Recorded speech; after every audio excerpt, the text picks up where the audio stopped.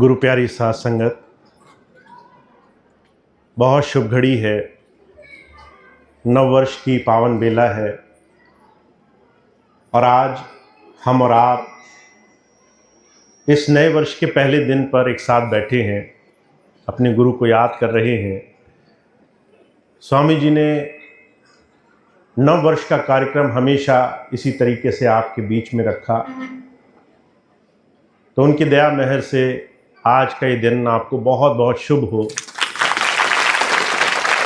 नव वर्ष की बहुत बहुत शुभकामनाएं आपको। आपके जीवन में एक नई शुरुआत, एक नए तरीके से किसी समय को जीना क्या हो सकता है, हमारे जीवन में हम कैसे अपने जीवन में नई शुरुआत कर सकते हैं। आज का ये दिन, ये बात हमें इसी एक छोटी सी बात का संदेश देने की कोशिश कर रहा है। आपने देखा होगा, लोग नए साल पर बड़े बड़े संकल्प, बड़ी बड़ी ऐसी चीज़ें अपने जीवन में लाना चाहते हैं जो उनके जीवन को एक नई दिशा में ले जाए। नई ऊर्जा के साथ जीवन में वो नए नए काम कर सकें जो उन्होंने आज तक नहीं किए, नई शुरुआत कर सकें। हमारे और आपके लिए आज का ये दिन ऐसा क्या संदेश दे रहा है?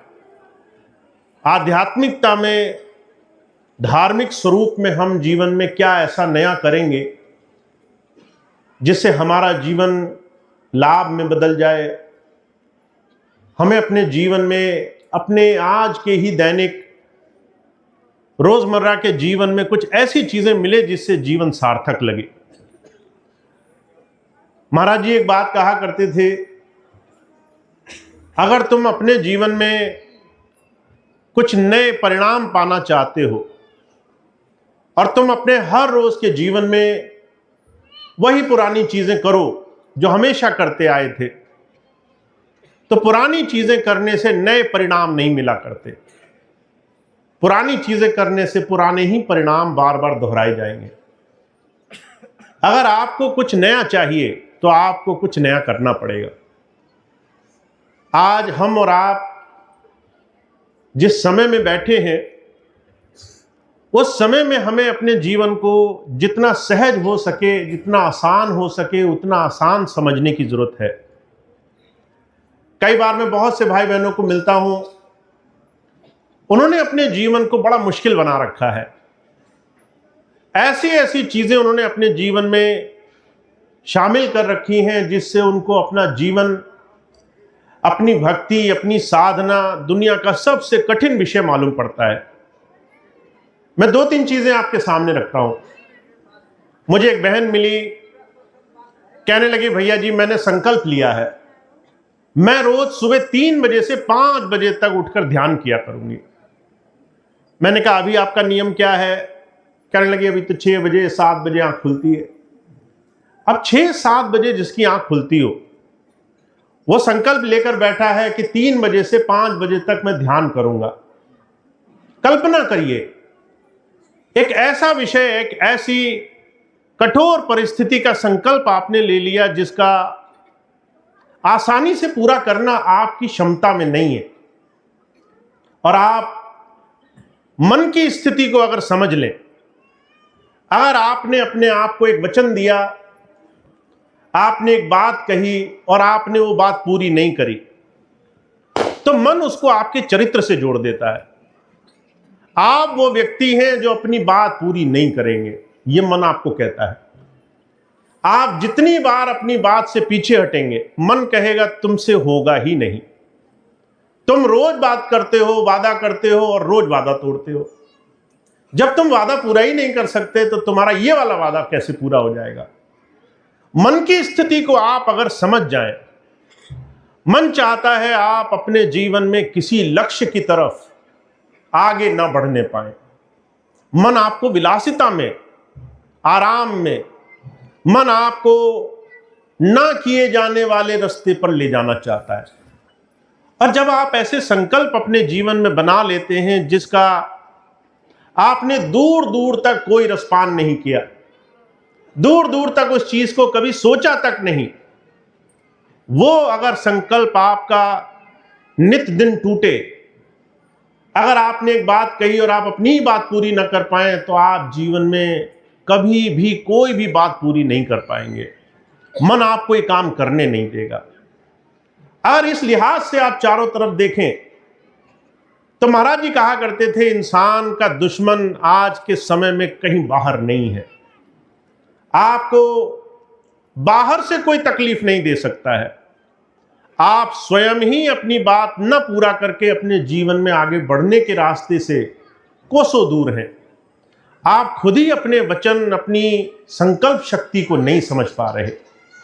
अगर आप ये समझें कि आप कैसे कैसे वचन देते हैं और उसे पूरा नहीं कर पाते। बहुत से लोग अपने आप को जब इस क्षण पर थोड़ा सा समझने की कोशिश करेंगे तो वो पाएंगे कि वो अपने आप को आज के समय में बड़ा नकारात्मक, बड़ा उदासीनता में, बड़े डिसअपॉइंटमेंट में, बड़ी अपने जीवन में ऐसी स्थिति में पाते हैं जहां पर उन्हें किसी भी काम को पूरा होने की संभावना नहीं दिखाई देती।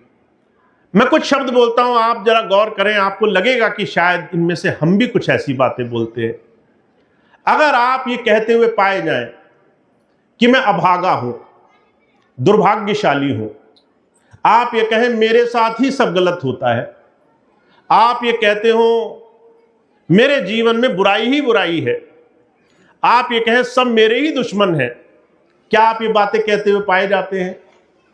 आपको लगता है आपके जीवन में ये बातें कोई मोल नहीं रखती।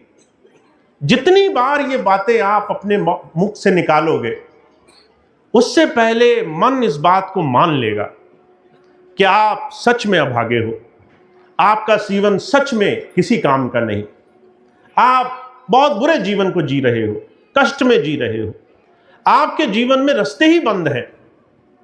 मुझे बड़ी अच्छी तरह से याद है, स्वामी जी के पास एक माता गई, कहने लगी स्वामी जी मेरी पूरी उम्र गुजर गई, कोई आराम सुख नहीं देखा मैंने, सब दुख ही दुख, माता पिता भाई सगे संबंधी सब ने दुख दिए, बच्चों ने बात नहीं मानी, बुढ़ापा आ गया, बच्चे बड़ी बुरी स्थिति में रखते हैं। ऐसी ऐसी बातें बोलकर कहने लगी स्वामी जी मैं चाहती हूं मुझे दूसरा जीवन मिले, अच्छा जीवन मिले, मुझे सुख का जीवन मिले, अगला जीवन, ये जीवन तो मेरा बर्बाद हो गया। स्वामी जी बहुत हंसे, कहने लगे तेरा ये जीवन जो तेरे हाथ में है वो तुझ पर सुख में बनाया नहीं गया, तुझे अगला जीवन सुख में मिलेगा इसकी गारंटी कौन लेगा? अगला जीवन तेरा अच्छा होगा इसकी गारंटी किसने ली है? जीवन अच्छा नहीं मिलता, जीवन अच्छा बनाना पड़ता है। सुख कहीं पैदा नहीं होते, सुखों की उत्पत्ति हमारे ही जीवन में जहां है उसी को महसूस करना होता है। जीवन में प्रभु बहुत कुछ देता है, पर अगर तुम्हारी नजर इस बात पर रहे कि मुझे संसार में दुख ही दुख है, तो तुम्हें सुख नहीं प्राप्त होगा, सुख तुम्हें महसूस नहीं होगा। जीवन में वो प्रभु बहुत कुछ दे रहा है और तुम देख भी नहीं पाओगे। महाराज जी एक बड़ी सुंदर बात कहा करते थे, हमारे जीवन में हमारी नजर दृष्टि क्या कर सकती है, ये बात समझना आप जरा सा। अगर आप अच्छाई देखने लग जाएं तो आपको बुराई नजर नहीं आएगी, अगर आप बुराई देखने लग जाएं तो आपको अच्छाई नजर नहीं आएगी। महाराज जी इसकी तुलना बड़े भौतिक एक इमोशन से, एक बहुत बाहरी मनोभाव से किया करते थे। जब आप किसी से प्रेम करते हैं तो प्रेम करने में आपको उस इंसान की खामियां दिखनी बंद हो जाती हैं। जब आप उसी इंसान से दुश्मनी करते हैं तो आपको उसकी अच्छाई दिखनी बंद हो जाती है।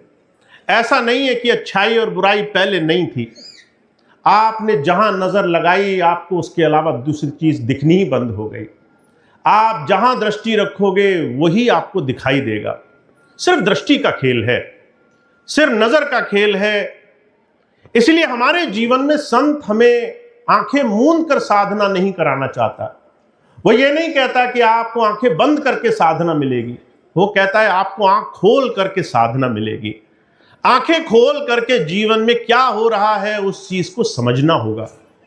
आपके चारों तरफ आप कैसे संसार में जी रहे हो, कैसे संसार की प्रतिक्रिया कर रहे हो। संसार में चारों तरफ संकट होगा, आप उसे कैसे लोगे, ये बात आपके जीवन में बहुत कुछ निर्धारण करेगी। महाराज जी के पास एक बार एक बहुत बड़े जज आए। महाराज जी से कहने लगे, रोज मेरे सामने हजारों मुकदमे आते हैं, महाराज जी मैं कैसे अपने मन को शांत रखूं। महाराज जी एक बात कहने लगे 10% संसार में वो होगा जिसे तुम नियंत्रित कर पाओगे, कंट्रोल कर पाओगे, और 90% वो होगा जो संसार में तुम्हें समझना होगा, उसको निभाना होगा, उसकी सही परिभाषा गढ़नी होगी, उस चीज को सही तरीके से लेना होगा। 10% what you make and 90% what you take। तुम्हें अपने जीवन में अगर दृष्टिकोण नजरिया आ जाए तो जीवन में चमत्कार ही चमत्कार है। तो आज इस नए वर्ष की नई प्रारंभिक बेला पे एक छोटी सी बात अगर आप अपने मन में बसा ले, अगर हमें एक छोटी सी चीज समझ में आ जाए, हम संसार में दो ही चीजों के बीच में लगे हुए हैं, लेना और देना। अगर आप लेने की प्रवृत्ति रखोगे, अगर हर वक्त आपके दिमाग में एक चीज रहेगी, मुझे ये चीज चाहिए, तो जो चीज आपको मिली हुई है वो दिखनी बंद हो जाएगी, उस चीज का असर खत्म हो जाएगा। स्वामी रामकृष्ण परमहंस के जीवन की घटना आती है। एक बार एक व्यक्ति गया उनके पास, कहने लगा, महाराज मैंने आपका बड़ा नाम सुना है, आप प्रभु प्राप्त योगी हो, भक्ति करा देते हो, मैं भी प्रभु को पाना चाहता हूं। स्वामी रामकृष्ण परमहंस कहने लगे, तुम्हें परमात्मा नहीं मिलेगा, तुम्हारी ये भक्ति नहीं होगी पूरी। अब अगर आप कहीं जाएं, कहीं मंदिर, कहीं गुरुद्वारे, कहीं और बड़े स्थान, मन में आशा हो कि यहां से मैं कुछ मांगने जाता हूं, और वहां सीधे मुंह पे मना कर दिया जाए कि तुम्हारा ये काम नहीं बनेगा, तो बड़ा धक्का लगता है, अंदर मन को चोट लगती है, बताओ मैंने क्या गलत किया, मेरा ही काम नहीं बनेगा। अब स्वामी जी ने जब मना कर दिया कि तुम्हारा ये काम नहीं बनेगा, तो उनको बड़ा धक्का लगा, पर विनम्र रहे। कहने लगे, महाराज क्या गलती हुई? स्वामी जी कहने लगे, सवाल गलत है, सवाल सही करो। अब उसे और चिंता हुई, मैं परमात्मा पाना चाहता हूं, इसमें गलत क्या है? जब ये बात पूछी उन्होंने, तो स्वामी जी कहने लगे, तुम्हारे सवाल में बहुत सारी त्रुटियां हैं। अब उन्होंने समझाने की कोशिश करी, आप भी इस बात को नए वर्ष पे समझ लेना। स्वामी जी कहते हैं, तुमने कहा मैं परमात्मा पाना चाहता हूं, इसमें मैं छुपा हुआ है। जब मैं है और परमात्मा है तो दोनों में से एक ही रहेगा। मैं हटाओ, पहले मैं हटाओ फिर आगे बढ़ो। वो कहने लगा, परमात्मा पाना चाहता हूं। स्वामी जी कहने लगे, इसमें चाहनाएं छुपी हैं, जब तक तुम चाहते रहोगे संसार से तब तक हाथ खाली रहेंगे, देने वाला बनना पड़ेगा। तुम जब तक मांगते रहोगे, मांगने वाले की प्रवृत्ति देखिए आप, जो भी इंसान मांग रहा है वो हमेशा कहीं ना कहीं मन में कुंठित भावना लेकर जाएगा। आप देखिए संसार में लोग किसी से पैसा मांगने जाते हैं, किसी ने 1000 रुपया मांगा, अब मालूम है कि 1000 रुपया नहीं मिला तो 500 तो निकलवाना ही है, 500 कैसे मिलेगा? तो वो मंसूबे बना रहा है, मन ही मन में सोच रहा है, तरह तरह के बहाने बनाए, माता बीमार, बच्चों की पढ़ाई नहीं, ये तकलीफ वो तकलीफ, ऐसी ऐसी तकलीफें दिखा दिखा करके वो सोच रहा है 1000 में से 500 तो मिले मेरे को। और ये मांगने की प्रवृत्ति में उसने अपने मन को कितना काला करा, कितना नीचे गया, झूठ बोले, फरेब किया, छल किया, कपट किया, मन में ये भी सोचा मेरा काम कैसे बन जाए, अपने से मतलब है मेरा, स्वार्थ सिद्धि हो, बस इससे ज्यादा कुछ लेना देना नहीं। महाराज जी कहा करते थे, मांगने के पीछे 1000 तरह की बुराइयां छुपी हैं। अगर आप मांगने की प्रवृत्ति देखो संसार में, मांगने वाले संसार में सुखी हो जाते हैं, क्योंकि वो दूसरे का माल, वो दूसरे की कमाई, दूसरे का पैसा ले करके उसको दुख में डाल देते हैं। परजोर कहा करते थे, उनके अंदर की स्थिति किसी ईर्ष्या, द्वेष, अंदर किसी बुराई से कम नहीं है। जब संत आते हैं, कहते ये जो मांगने की प्रवृत्ति है, इस मांगने की प्रवृत्ति में, हर वक्त लेना जो आप चाहते हो, इससे संसार में हर एक इंसान दुखी है। बहुत से लोग मेरे पास आते हैं, कहते हैं हम परमात्मा से कुछ पाना चाहते हैं, हम परमात्मा से विनती करते हैं, पुकार करते हैं। पर महाराज जी कहा करते थे, जब भी तुम मांगोगे, जब भी तुम मांगने के बारे में सोचोगे, मन में छल रहेगा तुम्हारे, कहीं ना कहीं मन में चीज़ों को पाने की भावना रहेगी। अभी कुछ दिन पहले की घटना सुनाता हूँ आपको। हम एक जगह गए, सत्संग समाप्त हुआ, एक बहन अपने बच्चे को लेकर आई जन्मदिन मनाने के लिए। केक लेकर आई, कहने लगी भैया जी केक कटा दो। अब बच्चे आए, केक कटा, यहाँ तक तो ठीक था, बहुत सुंदर कार्यक्रम हुआ। जब वो पूरा कार्यक्रम हो गया तो कुछ माताओं ने, बहनों ने जेब से पैसा निकाला और पैसा निकालकर उस बच्चे के वार फेर करने लगे। जब वार फेर किए तो वो उठाकर सेवा में दे दिए। मैंने मन में सोचा, अगर इसको सेवा देनी थी तो इसने सोचा कि ये सेवा ऐसे नहीं जानी चाहिए, इसमें मेरे बच्चों के कष्ट, परेशानियां, बलाएं, तकलीफें, वो सब भी मैं अर्पण साथ में करूं। स्वार्थ के बगैर इंसान उस प्रभु को नहीं पाना चाहता। अगर हमें ये पता चल जाए कि हम जो कर रहे हैं उससे हमारा काम नहीं बनेगा, स्वार्थ सिद्धि नहीं होगी, तो हम परमात्मा को भी याद ना करें, उस प्रभु की भक्ति ना करें। अगर आपको कह दिया जाए आप अयोध्या जी जाते हो, जाओगे, मन की इच्छा पूरी नहीं होगी, आप फौरन प्रोग्राम कैंसिल कर दोगे, आप कहोगे कहीं और चलते हैं जहां काम बने। क्योंकि काम बनना ईश्वर भक्ति, ईश्वर की याद का एक बहुत बड़ा कारण बना हुआ है। अगर हमारी इच्छाएं न हो तो हम उस प्रभु के आगे भी न जाएं। हुजूर कहा करते थे, जो लेन देन है, ये जो सौदेबाजी है, ये जो हमारा उस प्रभु के साथ संबंध सिर्फ स्वार्थ का है, ये स्वार्थ ही हमें उस प्रभु से जुड़ने नहीं देता। इसलिए स्वामी जी कहने लगे, मैं भी हटाओ, चाहनाएं भी हटाओ। उस ईश्वर को अगर पाना है तो तुम्हें अपने जीवन में अपने आप को थोड़ा सा ऊंचा उठाना पड़ेगा, अपने व्यक्तित्व को, अपने कद को ऊंचा उठाना पड़ेगा, तुम्हें योग्य बनना पड़ेगा, तुम्हें इस तरीके का बनना पड़ेगा जिसमें तुम उस प्रभु की दया मेहर को अपने अंदर आकर्षित कर सको। जो वो प्रभु देना चाहता है वो तुम्हें एक क्षण में देने के लिए तैयार हो जाए। महाराज जी एक बड़ा सुंदर घटना सुनाया करते थे। एक बार उनके पास एक आदमी गया, कहने लगा महाराज मैं बहुत दुखी हूँ, नौकरी करता हूँ, पर नौकरी करने के बाद भी मेरी तनख्वाह नहीं बढ़ती। मुझे लगता है जहाँ मैं काम करता हूँ वहाँ लोग बहुत ज़्यादा भेदभाव मानते हैं, मुझे जानबूझ करके नीचे दबा कर रखा है। अब मन में तरह तरह के विचार आए। महाराज जी ने उसे एक उदाहरण दिया। महाराज जी ने कहा, जहाँ तुम काम करते हो वहाँ तुम्हारी तनख्वाह, वहाँ एक मैनेजर की तनख्वाह और एक मालिक को क्या एक बराबर पैसा मिलता है? तो वो कहने लगा, नहीं महाराज, मुझे कम मिलता है, मैनेजर को ज़्यादा मिलता है, मालिक को तो और ज़्यादा मिलता है। महाराज जी कहने लगे, ऐसा क्यों है? काम तो सारे ही 8 घंटे करते हैं, सारा ही पूरे मन से, पूरी शक्ति से लगे हुए हैं, एक को कम एक को ज़्यादा क्यों मिला? उसने पूछा, महाराज क्यों मिला?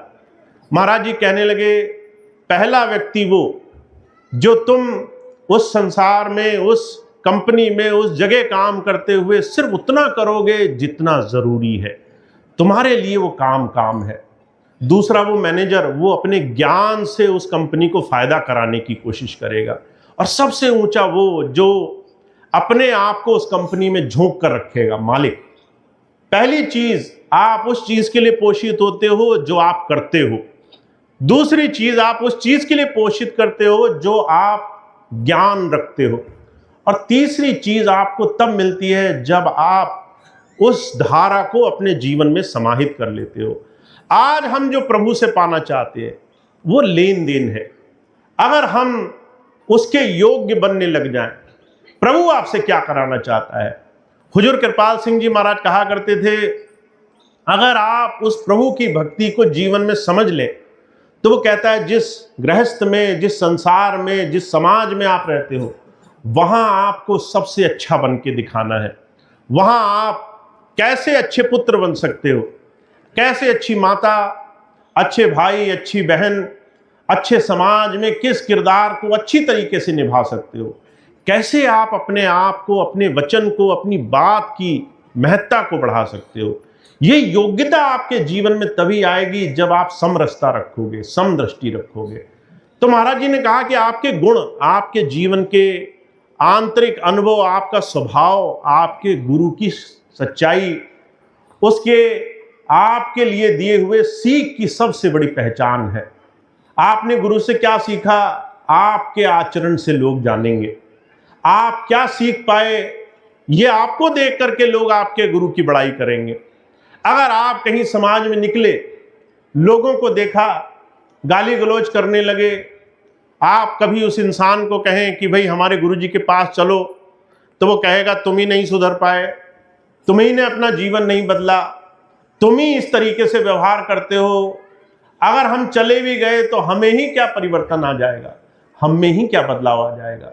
तो जो कहा करते थे, संत आपको योग्य बनाना चाहता है, आपके जीवन में आपके गुणों से आपको आगे बढ़ाना चाहता है, आपको मनुष्यता के साथ जोड़ना चाहता है।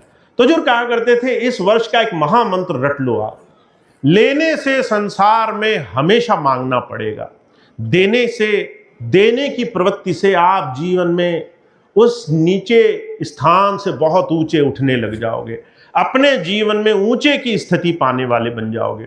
अब आप सोचेंगे कि हम क्या दे सकते हैं, हमारे पास तो पैसा नहीं, पदवी नहीं, नाम नहीं, धन नहीं, समाज में बड़ा स्थान नहीं, हम क्या दे सकते हैं। हम तब देंगे जब हम कुछ बन जाएंगे। हुजूर कहा करते थे, कोई तब ही दे सकता है जब वो अपने जीवन में सबसे निचले पायदान में हो। जब आपके पास कुछ भी नहीं हो तब आप क्या दे सकते हो। इससे आपका हृदय, आपका मन, आपके आत्म जीवन की सच्ची कमाई आपके अंदर बनेगी। तो सिर्फ एक बात हमें समझनी है, हम जिस रूप में हैं उस रूप में कैसे हम अपने जीवन में अच्छे होने की शुरुआत कर सकते हैं। इसलिए हुजूर कृपाल सिंह जी महाराज एक बात कहा करते थे, एक बनो नेक बनो। अगर तुम अपने जीवन में उस प्रभु को पाना चाहते हो तो तुम्हें नेक बनना पड़ेगा, जीवन में अच्छाई धारण करनी पड़ेगी। स्वामी जी के 3 नियमों में जब उन्होंने किसी को नाम दिया तो उनके नाम के 3 नियमों में एक सबसे जरूरी नियम क्या है, पात्र बनो।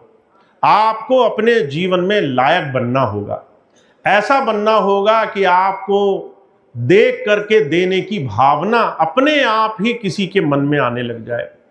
हुजूर एक बड़े सुंदर उदाहरण फरमाया करते थे। अमीर खुसरो हुए, उनके गुरु हुए, उन्होंने एक बार सभा बैठी थी ऐसी, लोगों ने पूछा, महाराज आप जब संसार में इतनी मेहनत कर रहे हो, जब आप वापस जाओगे खुदा के सामने, खुदा आपसे पूछेगा कि तुम संसार में गए, इतनी मेहनत की, क्या अच्छा काम किया तुमने। तो जो है गुरुजी कहने लगे, मैं जो है अमीर खुसरो को पेश कर दूंगा, इस अमीर खुसरो को गुरु उस प्रभु के सामने, ईश्वर के सामने पेश कर दूंगा। मैंने ये शिष्य बनाया है, मैंने ऐसा जीव बनाया है जो मनुष्यता क्या है, इंसानियत क्या है, प्रभुता क्या है ये जान गया है, जो संसार में सेवा करना समझ गया है। तो संत संसार में आपको इस संसार के बाहरी साधनों में, बड़े बड़े साधना के पथ पर बहुत बाहरी काम कराना नहीं चाहता, वो आपको अंदर जोड़ना चाहता है, आपके जीवन में मनुष्यता आ जाए ऐसा साधन बनाना चाहता है। तो नए वर्ष के इस बड़े खास अवसर पर अगर हम शुरुआत करना चाहते हैं तो इसको यहाँ से शुरू करें कि कैसे हम अपने जीवन में अच्छाई ले आएंगे, कैसे हम अपने जीवन में अपने आप को सेवा से जोड़ने वाले बनेंगे, कैसे किसी के लिए कुछ एक प्रयास करने का हम छोटा सा काम शुरू करेंगे। तो नया वर्ष है, इस नए वर्ष के इस पावन अवसर पर, नए वर्ष के इस शुभ अवसर पर अगर हम चाहते हैं कि हम अपने गुरु से कुछ सीख करके जीवन में आगे बढ़े, तो आप अपने जीवन में देना शुरू करो। और इस देने की शुरुआत आप अपने घर से करो, अपने घर से प्रयास करो।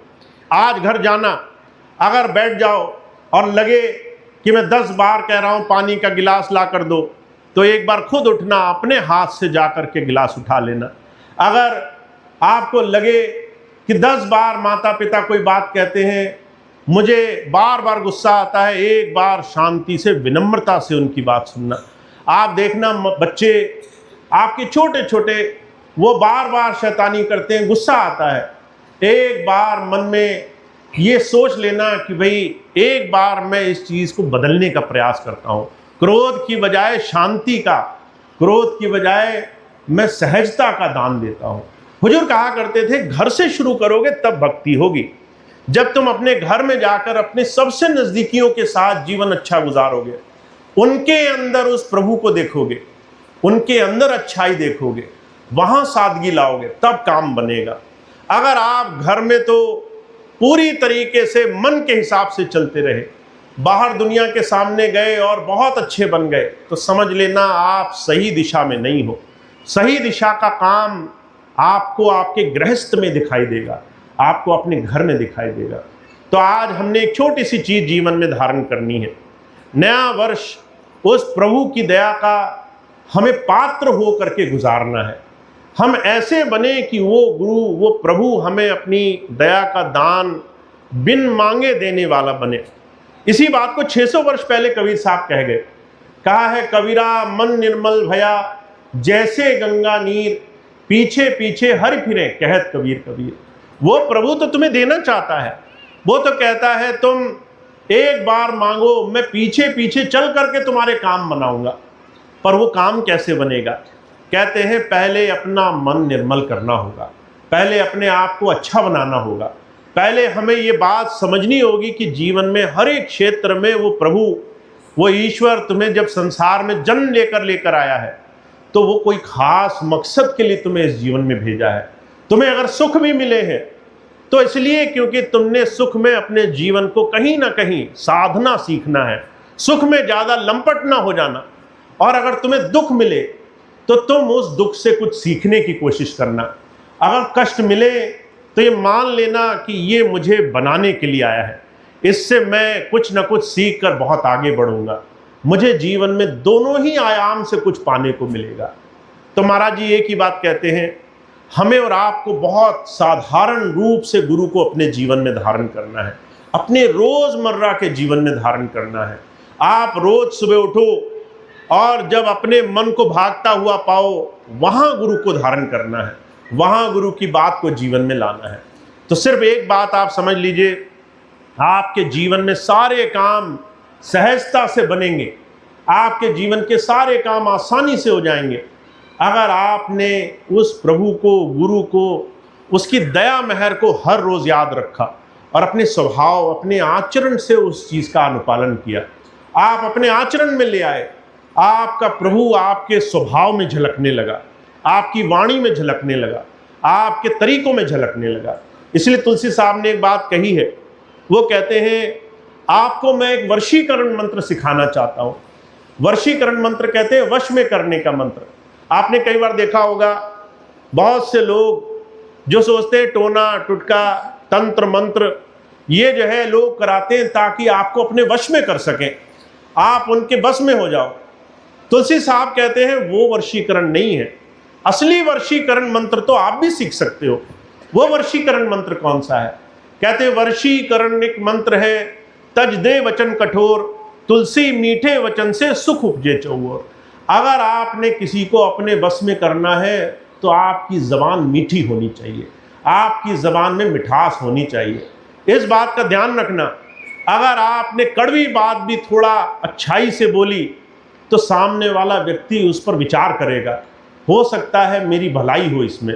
और आपने अच्छी बात भी थोड़ा ताना मार के कही, अच्छी बात भी थोड़ा गुस्से से कही, तो आपकी अच्छी बात भी कोई सुनेगा नहीं, आपकी अच्छी बात भी बेकार हो जाएगी।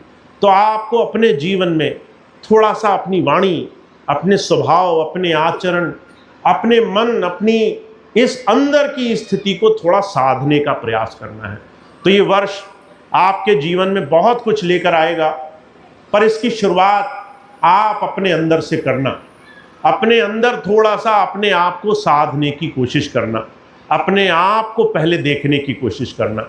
और मैं हमेशा एक ही बात कहता हूँ, जितने भी प्रेमी भाई बहन मेरे पास आते हैं, बहुत से भाई बहन मेरे पास आते हैं, कहते भैया जी आप हो सकता है उन लोगों पे ज़्यादा ध्यान देते हो जो आपके सामने आ करके बहुत बड़ी बड़ी बातें करते हो, बहुत धन दौलत रुपए पैसे की बातें करते हो, दूसरे तरह की बातें करते हो। मैंने कहा मैं उसको देखता हूँ जो शांत रहता है और जो गुरु की बात पर ध्यान दे करके उसको आचरण करने की कोशिश करता है। आपको लगता होगा आप इतने सारे भाई बहन बैठे हैं, पर आप में से कुछ ही ऐसे हैं जो इस तरीके के बन गए हैं कि उनकी तरफ मेरा ध्यान अपने आप चला जाता है, क्योंकि उन्होंने अपना जीवन ऐसा बनाना शुरू किया है। वो शांत रह करके बहुत कुछ कर रहे हैं, वो ढोल नहीं बजा रहे, पर वो गुरु की बात को समझ करके उस पर आचरण करने का प्रयास करते हैं। तो कई बार आप छोटी सी चीज़ समझना, आप अगर शांत हो, आप अगर सरल हो, अगर आप सहज हो, तो आपके जीवन में बड़े बड़े काम आसानी से हो जाएंगे। महाराज जी कहा करते थे, अरिस्टोटल ने एक बात कही है, उन्होंने कहा है कि आप किसी इंसान की शांति देखकर उसे कमज़ोर मत मानना, और किसी इंसान का गुस्सा, चीखना, चिल्लाना देख करके उसे शक्तिशाली मत मानना। क्योंकि कई बार समुंदर में तूफान वो बहुत शांत समुंदर से ही निकला करते हैं। कई बार बड़े बड़े तूफानों की उत्पत्ति बड़े शांत समुंदर से होती है। तो जो शांत रहेगा, जो सुन लेगा, जो सुन करके धारण कर लेगा, जो जीवन में गुरु की बात का अमल कर लेगा, उसके जीवन में सारे काम आसानी से बनेंगे। तो इस नए वर्ष की शुरुआत आप थोड़ा सा जीवन में अपने आप को सेवा से जोड़कर करो, थोड़ा सा इस दिशा में आगे बढ़ो कि कैसे आप कुछ देना भी शुरू करोगे, कैसे किसी को अच्छाई की दिशा में ले जाना शुरू करोगे। तो आप आज के इस नए वर्ष की पावन बेला पर गुरु की और महापुरुषों की इस बात को जीवन का आधार बना लो कि हमारा अस्तित्व, हमारा जीवन हमारे योग्य होने से, अच्छा होने से हमें गुरु के साथ जोड़ देगा।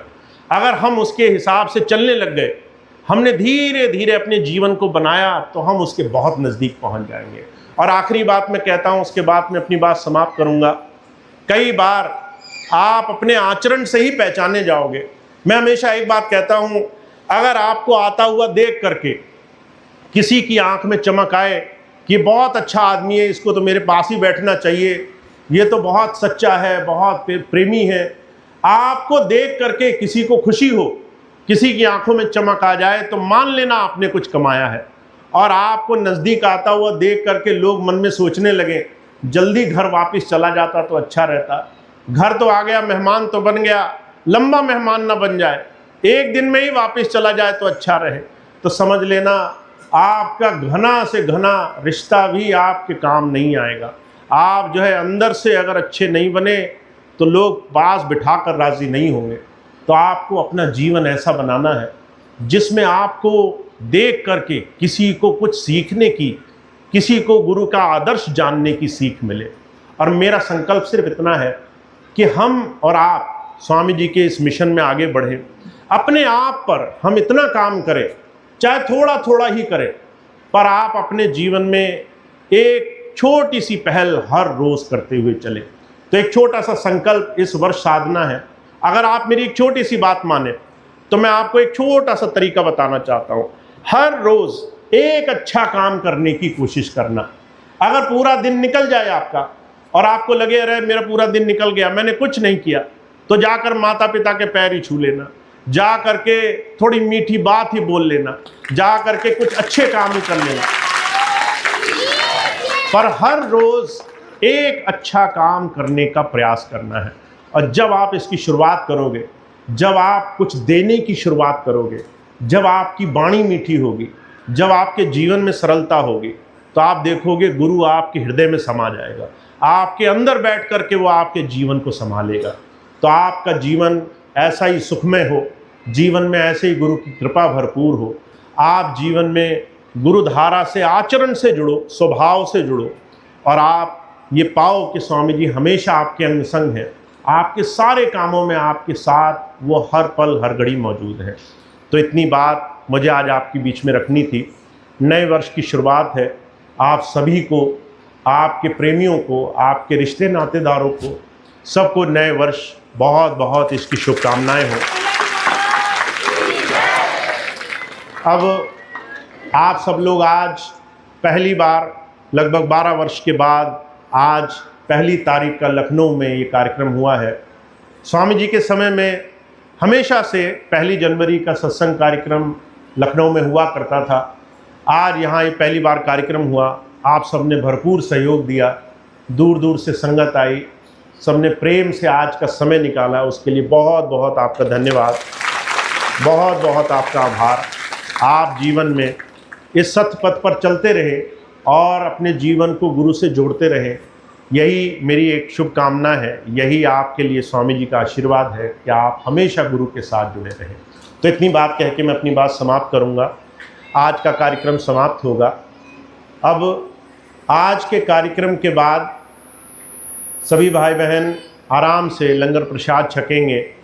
कोई भाई बहन अगर नाम दान गुरु दीक्षा पाना चाहता है, जो बातें अभी हमने करी अगर उसका थोड़ा अनुभव पाना चाहता है, तो वो भाई बहन नाम ले सकेंगे, गुरु दीक्षा मिल जाएगी। और जो भी भाई बहन दूर से आए हैं वो भाई बहन आराम से लंगर प्रसाद छक करके आराम से जा सकेंगे। आज के इस कार्यक्रम को, आज के संदेश को, गुरु की बात को आप मन में बसा कर जाएं और अपने जीवन में अपने आप को थोड़ा स्थापित करने की कोशिश करें। मैं एक आखिरी बात कहता हूँ, आप इस चीज़ को थोड़ा समझने की कोशिश करना। महाराज जी एक बात कहा करते थे कि दुनिया में जो सबका मित्र बनकर रहना की कोशिश करता है वो किसी का मित्र नहीं होता। A friend of everyone is a friend of no one. अगर आप सबको खुश करने में लगे रहे तो आपकी बात की कीमत घट जाएगी, आपका अस्तित्व खत्म हो जाएगा।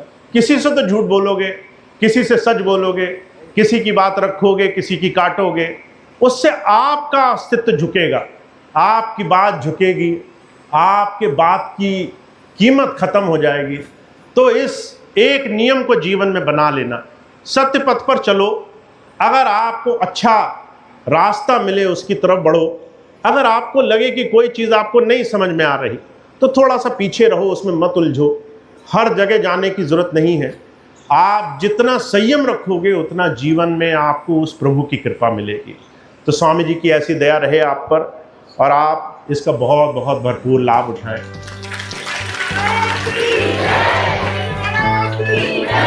अब एक प्रार्थना के साथ आज का कार्यक्रम समाप्त होगा। मैं संजीव भैया से अनुरोध करूंगा, प्रार्थना बुलवाएंगे, कुछ और सूचनाएं होंगी वो देंगे और फिर आगे का प्रोग्राम चलेगा।